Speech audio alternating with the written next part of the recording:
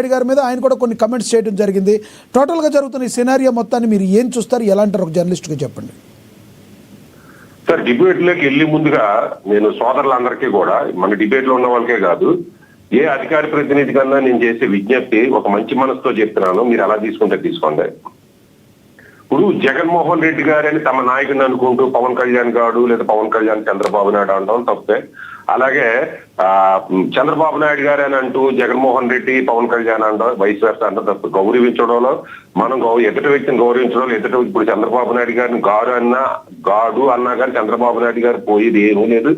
అది మనం తెలుసుకోవాలి. లక్ష్మణరావు గారు మీ నాయకుని గౌరవించి పక్క నాయకుని విమర్శించడం అనేది అది మూర్ఖత్వం అనిపించుకుంటారు. ముందు వైసీపీ అధికార ప్రతినిధి గారు ఒక ఆయన మాట్లాడారు, ఎక్కడైనా గొడవ వచ్చిందా సార్? టీడీపీ వాళ్ళు ఇద్దరు మాట్లాడారు, ఎక్కడైనా గొడవ వచ్చిందా? లేదు, మేము మూర్ఖంగా మాట్లాడతామంటే ఒక బోర్లగడ్డ అనిల్కి ఎలా జరిగిందో, ఒక అంబటి రాంబాబుకి ఎలా జరిగిందో, లేదు ఒక జోగి రమేష్కి ఎలా జరిగిపోతున్నా రేపు మీ ప్రభుత్వం కూడా వస్తుంది, లేదు ఇంకో ప్రభుత్వం రావచ్చు, అప్పుడు కూడా ఇలాగే జరుగుతాయి. అది మీరు రాకపోతే ఇందాక నేను ఏదో అంబటి రాంబాబు గారు అన్నారు 2 కాళ్ళు బార్లా శాతం ఏదో పెట్టారు, ఏదో అంటున్నాడు ఆయన. అందరి పరిస్థితి ఎలాగే జరుగుతుంది. రేపు పొద్దున మన అది మీరు మాట్లాడితే ఎవరి పార్టీని మనం సమర్థించుకోండి, కానీ గౌరవంగా మాట్లాడుకోండి. ఈడు ఒక జగన్మోహన్ రెడ్డి గారు పవన్ కళ్యాణ్ గారు తీసుకుంటే వాళ్ళిద్దరూ తేల్చుకుంటారు. మీ స్థాయిలో మీరు మాట్లాడాలి, నా స్థాయిలో నేను మాట్లాడాలి. అసలు విషయానికి వద్దాం సార్, డిబేట్కి వద్దాం. రైట్ సార్, మాట్లాడండి. ఇప్పుడు ఇష్యూ ఏంటి? కల్తీ నెయ్యి గురించి వెంకటేశ్వర స్వామి భక్తులో, లేదా చంద్రబాబు నాయుడు గారి భక్తులో, లేదా పవన్ కళ్యాణ్ గారి భక్తులో, లేదా ఎవడో గొడవ పెట్టాలన్నవాడు ఎవడో ఒక ఫ్లెక్సీ వేసాడు. లక్ష్మణరావు గారు ఇస్తాను సార్, ఇస్తాను. మీరు ఇందా డిస్కనెక్ట్ అయ్యారు. లక్ష్మణరావు గారు ఇస్తాను, 2 minutes ఆగండి. 2 minutes ఆగండి. అర్థమైంది, 2 minutes ఆగండి. కొంచెం కంప్లీట్ అయిపోయింది.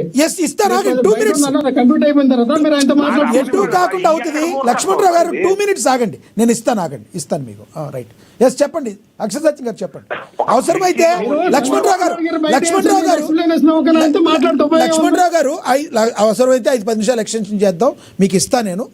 ఎటు కాకుండా మధ్యలో అవుతుంది, మధ్యలో కట్ చేయడానికి కూడా కుదరదు. 2 minutes ఆగండి, 3 minutes మీకు ఇస్తాను నేను, ఆగండి. సత్యం గారు మాట్లాడండి. సార్, ఒక ఫ్లెక్సీలో వచ్చిన గొడవ సామరస్యంగా పరిష్కరించాల్సిన గొడవకే ఆడమ్మ మొగుడు, ఈడమ్మ మొగుడు, చంద్రబాబు నాయుడు అమ్మ మొగుడు అంటే, వీళ్ళ జగన్మోహన్ రెడ్డి అమ్మ మొగుడు అంటే అది ఎంతవరకు సబబు? సరే, ఏదో గొడవ జరిగింది, రైట్. అంబటి రాంబాబు గారిని కానీ జోగి రమేష్ గారిని కానీ అరెస్ట్ చేయడం తప్పు లేదు. ఎందుకంటే వాళ్ళు గత 5-6 సంవత్సరాల నుంచి వస్తున్న తవ్వుకు డీ పప్పాను కూర్చుంటున్నారు. అటువంటి వ్యక్తులకి ఏ పార్టీ వాడైనా రేపు పొద్దున్న వైసీపీ వచ్చినప్పుడు తెలుగుదేశం వాడు కానీ జనసేన కానీ ఎలా మాట్లాడారు, వాళ్ళు కూడా దేహశుద్ధి చేయాల్సిందే. గత అన్ని డిబేట్ గా చెప్పిన శుద్ధి జరగాల్సింది, అరెస్ట్ జరగాల్సిందే, అది తప్పు కాదు. అయితే అంబటి రాంబాబు గారి ఇంటి మీదకి దాడి చేయడం కానీ జోగి రమేష్ గారి ఇంటి మీదకి దాడి చేయడం కానీ ముమ్మాటికి తప్పు. దాన్ని ఇప్పటికీ తెలుగుదేశం అధిష్టానం ఖండించకపోవడం అది కూడా ముమ్మాటికి తప్పు. ఉండాల్సింది, తమ శ్రేణులు అదుపులో పెట్టుకుని ఉండాల్సింది తెలుగుదేశం పార్టీ. రైట్. ఇంకా ముద్రగడ పద్మనాభం గారు లేక అన్నారు కదా, ఇప్పుడు గొడవ ఫ్లెక్సీ దగ్గర వచ్చింది. వైసీపీ పార్టీకి, టీడీపీ పార్టీకి, కార్యకర్తలకి లేదా వాళ్ళు వచ్చిన నాయకులకు వచ్చింది సార్. కాపులకి ఎక్కడ సంబంధం సార్? వైసీపీ వాళ్ళు రంగా గారిని, అంబటి రాంబాబు గారిని వేసి ఫోటోలు సర్క్యులేట్ చేస్తున్నారు. అంబటి రాంబాబు లాగా ఒక బచ్చా నాయకుడి, వీధి స్థాయి నాయకుడి కింద రంగానికి కిందకి చేస్తున్నారు వైసీపీ వాళ్ళు. లేదా అంబటి రాంబాబు రంగా స్థాయికి పైకి పంపించేద్దామని చేస్తున్నారా? అంటే గతంలో ఒకటైతే జరిగింది, మీకు గుర్తుందో లేదో, అంబటి రాంబాబు గారు ఒక సామాజిక వర్గం, ఆయన సామాజిక వర్గం గురించి ఆయన తక్కువ మాట్లాడిన వీడియో అయితే ఉంది, అది మీకు గుర్తుందా? ఒకటి కాదు సార్, 2 ఉన్నాయి. ఆయన కాపులు తాగుబోతులు, తిరుగుబోతులు, ఆవేశపరులు, అజ్ఞాన పరులు, జ్ఞానం లేని వాళ్ళు, ఎప్పటికీ అధికారులకు రాలేరన్న వ్యక్తి. ఇంకో వీడియో కూడా చూశాను ఈ రోజు. నాకు కాపులతో సంబంధం లేదు, నేను వైసీపీ జగన్మోహన్ రెడ్డి గారికి నేను అనుచరుని, జగన్మోహన్ రెడ్డి గారు అది చేస్తే చేస్తాను కానీ కాపులకి నాకు సంబంధం లేదన్నాడు ఆయన.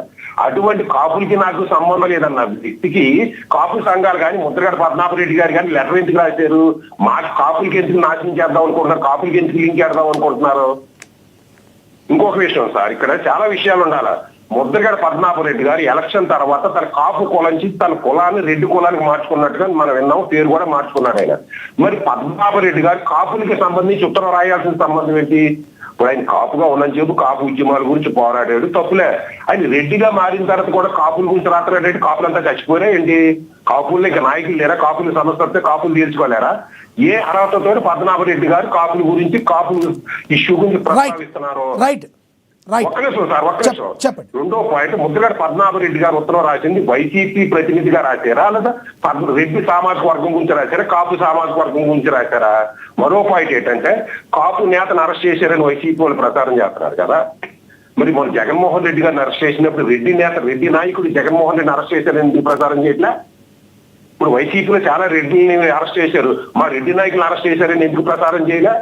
చంద్రబాబు నాయుడు అరెస్ట్ చేసినప్పుడు అంటే మీరేమంటారు, ఏమన్నా ఒక కుట్రపూరితంగా మీరనేది ఏంటి రెండు, అది కాదు చెప్పండి, మీరనేది ఏంటి, రెండు వర్గాల మధ్య చిచ్చు పెట్టే ప్రయత్నం చేస్తున్నారు అంటారు మీరు? ముమ్మాటికి సార్, జగన్మోహన్ రెడ్డి రెడ్డి నాయకుడు కానప్పుడు, చంద్రబాబు నాయుడు గారు కమ్మ నాయకుడు కానప్పుడు, ఆయన ఎవరు వైసీపీలు చాలా రెడ్డిని అరెస్ట్ చేసినాడు, వాళ్ళు రెడ్డి నాయకులు కానప్పుడు, ఒక మిథున్ రెడ్డి రెడ్డి నాయకుడు కానప్పుడు అంబటి రాంబాబు కాపు నాయకుడు ఎలాగైపోతాడండి? అంటే కాపులు అంటే మీకు వెనక బారిసులా కనిపిస్తారు. మీకు అంబటి రాంబాబు బారిసు కాబట్టి అందరూ బారిసులు అనుకుంటున్నారా? మీ రాజకీయ పార్టీ కక్షలకే కాపులకి సంబంధం ఏంటి? అసలు ముద్రగడ పద్మనాభం ఒక కులం మారిన రెడ్డి నాయకుడు, ముద్రగడ పద్మనాభం అనే రెడ్డి కాపుల సమస్యల గురించి మాట్లాడాల్సిన సమస్యలు ఉత్తరం రాయాల్సిన పని ఏంటి?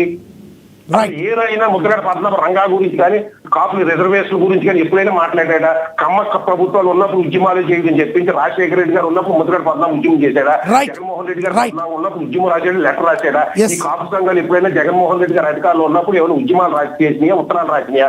అసలు అంబటి రాంబాబు గొడవకి టీడీపీ మధ్యలో గొడవనే కాపులు ఎందుకు ఇన్వాల్వ్ చేస్తున్నారు, కాపులకు సంబంధం ఏంటనేది వైసీపీ నాయకులు చెప్పాలి. జగన్మోహన్ రెడ్డి గారు రైట్ సార్, మళ్ళీ మాట్లాడతా. లక్ష్మణరావు గారు మీరు మాట్లాడండి. సార్, మీరు చంద్రబాబు నాయుడు గారితో ఒక బయట వేశారు. అది ఎన్డీటీవీ ఇచ్చిన రిపోర్ట్ లో పంది కొవ్వు, ఆవు కొవ్వు, జంతువుల కొవ్వు, చేప కొవ్వు కలిసింది, దాన్ని బట్టి నేను మాట్లాడాను అని అన్నారు. మరి అదే ఎన్డీటీవీ ఎన్ఓటి నోట్ అని ఉంటుంది, దాని కింద ఏం రాస్తుంది అంటే, నెయ్యి తేమ తగిలిలా, గాలి తగిలిలా, వేడి వెచ్చదనం తగిలిలా దాని యొక్క క్వాలిటీలో మన మెజర్మెంట్ తీసేటప్పుడు తేడాలు వస్తాయి, మేము ఇచ్చినటువంటి రిపోర్టు ప్రామాణికం కాదు, నిర్ధారణ కాదు అని చెప్పి రాసింది. మరి అదే ఎన్డీటీపీ, అదే ఎన్టీఆర్ ఈ రోజున ఇచ్చిన ఏ రిపోర్ట్లు ఇచ్చినాయి? మీరు తెచ్చిన శాంపిల్స్ లో ఎక్కడ కూడా పంద కొవ్వు కానీ, ఆవు కొవ్వు కానీ, జంతువుల కొవ్వు కానీ ఏవి వినండి. ఎన్డీటీపీ ఇచ్చిన రిపోర్టే వినండి సార్, ఓపికతో వినండి సార్. చెప్పండి. ఎన్డీటీపీ ఇచ్చిన రిపోర్టే, ఎన్టీఆర్ ఇచ్చిన రిపోర్టే ఈ రోజున సిబిఐ వాళ్ళు చెప్పారు. రాష్ట్ర ప్రభుత్వం చిట్టలు చెప్పడం, మళ్ళీ నేను చెప్తానండి, రాష్ట్ర ప్రభుత్వం చిట్టు వేసినటువంటి చిట్టు నివేదిక ఒకలాగా ఉంది, కేంద్ర ప్రభుత్వం వచ్చినటువంటి సిబిఐ నివేదిక ఒకలాగా ఉంది, రెండింటికి వ్యత్యాసం ఉంది. వీళ్ళు ఏం చేశారంటే, ప్రజల్లోకి లేదని వెళ్తుంది కాబట్టి చంద్రబాబు నాయుడు గారు ఏదైతే ఈ రాష్ట్ర ప్రభుత్వం ద్వారా వేసినటువంటి చిట్టు ఏం చేసిందంటే, అసలు అది నెయ్యే కాదు, పామాయిల్ తో తయారు చేసింది. దాంట్లోని ఎసిడిటీ ఏస్టన్ కలిపారు, దాంట్లోని ఆ క్రెనాయిల్ ఆయిల్ కలిపారు, దాంట్లోని పామాయిల్ కలిపి అనేక రసాయనాలతో తయారు చేసినటువంటి నెయ్యి అని చెప్పి ఆ చిట్టు ఏదైతే వేస్తారో ఆంధ్రప్రదేశ్ రాష్ట్ర ప్రభుత్వం వాళ్ళు నివేదికలో చేస్తారు. కానీ వాళ్ళు కోర్టులో నిరూపించాలి ఇది ఇలా జరిగింది. అసలు ఆ కెమిస్ట్ అవడు ఈ 300-400 ఆ ట్యాంకర్లు పామ్ ఆయిల్ కానీ, ఈ యొక్క కెమికల్ కానీ ఏ ఫ్యాక్టరీలో దొరికినాయి, ఏ ఆధారం సేకరించారో ఇవి కోర్టులో నిరూపించాలి. బయటది రాకముందే వీళ్ళు ఫ్లెక్సీలు పెట్టి ఎవరిని ప్రొవోకేటింగ్ చేద్దామని, ఎవరి మధ్య రచ్చగొట్టి వ్యాఖ్యలు చేద్దామని. లక్ష్మణరావు గారు ఒకటి చెప్పండి, అంబటి రాంబాబు గారు మ్యాజిస్ట్రేట్ ముందు చెప్పారు కదా, అంబటి రాంబాబు గారు మ్యాజిస్ట్రేట్